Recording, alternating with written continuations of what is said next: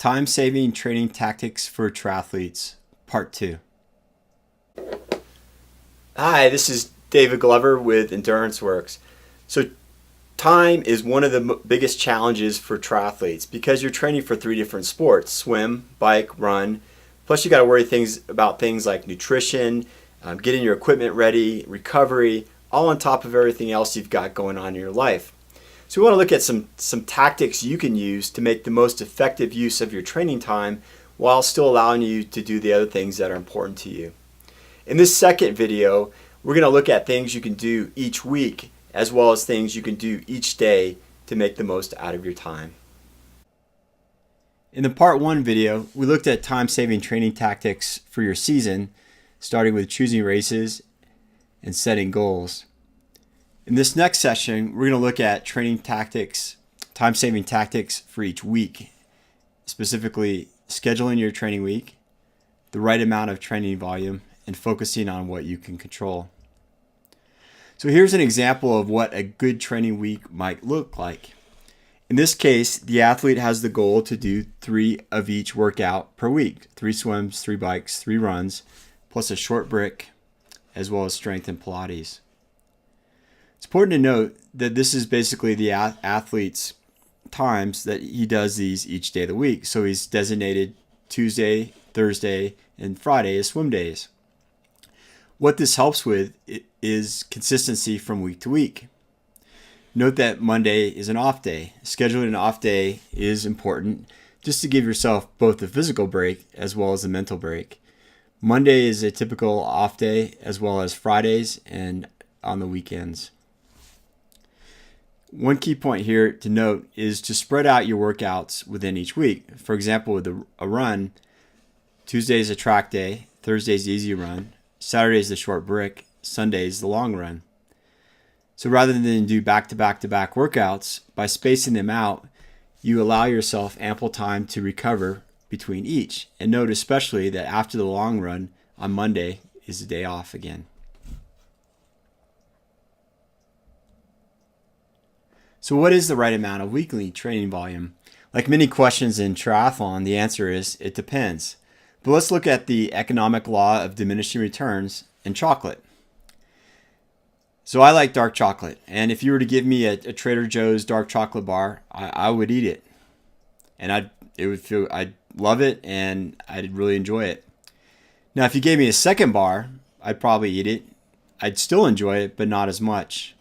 If you gave me a third bar, I might eat it, and I might get a little bit of enjoyment, but it might start feeling like too much, and so on, until you give me that fifth bar where, no, I've had too much and I really can't stomach it anymore. So the same thing applies to training. Doing a little bit of something, it feels really good and you can get a lot of benefit. Doing a little bit more, you can continue to get benefit, but perhaps not as much. But keep going and going, and if you continue to do more and more workouts in a given week, chances are you're going to reach that point where it no longer feels good to do the workout, and it may lead to overtraining, injury, or burnout. So the key is to find the sweet spot in your training volume and intensity. So by training volume, I mean the total amount of workout time you're doing each week, and intensity is basically how hard those workouts are or the efforts are within those workouts. The key point here is if I look at a graph of performance on the y-axis and training volume intensity on the x-axis, as I increase my training volume intensity, at the beginning, if I just have a little bit, I'm going to be undertrained. So basically, I'm not training up to my potential. At some point, there's a sweet spot, what I'll call optimal training, where you're doing the right amount, where you're getting good training benefits and performance improvements while not getting injured or overtrained. And then finally, I'll call the third category overtrained, where you're doing too much and basically leads to burnout, injury, and overtraining. Key thing to note here is that everyone is different, and it's going to depend on your body, your background and experience, your ability to recover, your schedule, your goals, etc. One other key thing to note is that your training sweet spot, so we define this area right in the middle here, may change depending on everything else going on in your life, for the better or for worse. So in the first example, with this arrow going to the left, basically that sweet spot is shifting to the left. And so what that means is that my optimal training volume intensity has gone down, so I'm not able to do as much volume and intensity to get the benefit. And this could be due to a number of reasons. For example, if your life has suddenly become stressful, maybe there's more stress at work, you have stress at home, you're traveling, all that impacts your ability to recover. So as such, because training is another form of stress, your body can only handle a limited amount. So it's not able to handle as much as before when it was in the middle. On the flip side, if we shift the curve to the right, that could be due, say your life becomes less stressful, you have more time, you're able to recover better. In that case, you can take on more training volume and intensity. And again, this is going to depend on the person, but one thing to note is really pay attention to how your body feels. And if you feel good and you're not getting injured and you're not getting overtrained, then and you're seeing performance gains, you're probably in that optimal place. So finally, within a given week, the key is to focus on what you can control. And I like to use Stephen Covey's analogy of 3 circles. So if I start in the middle in the small circle, these are the things I can directly control. For example, clothing, I can choose what clothes I put on each day. Race choice, I can choose what races I sign up for, etc. So these are the things I can directly control. So a much larger circle is the things that I can't control, but I can influence. For example, if I have a project at work, I may not be able to control the fact that I have to do it, but maybe I can negotiate a delay or negotiate a change in scope to something that's more suitable for me. Same thing with a bike mechanical. By this, I mean something like a flat tire. So you can't always predict when a flat tire will happen, but you can prepare. And one thing, for example, is checking out your tires before you ride and for any type of glass, and making sure you take with you the necessary equipment to change a tire if you do flat.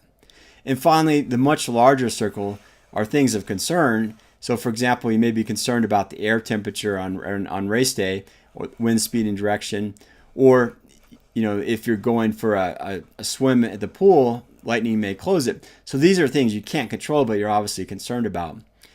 The key points Covey wants to make is really to focus on the things you can control and the things you can influence. And be aware of the things of concern, but realize you can't change them. So we looked at tactics for the season and for each week. Now let's dig down on a more granular level and look at things you can do each day. Specifically, quality versus quantity, what to do if you're tight or short on time, introducing variety, and then finally some other quick ideas you can do. So quality, not quantity, is the key to success. Here's an example for an Ironman athlete. The athlete can go out and do a 6-hour ride. Chances are they'll probably stop 2 or 3 times. They may take a little break. They may rest. They talk to their buddies. Or B, going out for a 4-hour ride with 2 45-minute race pace efforts included.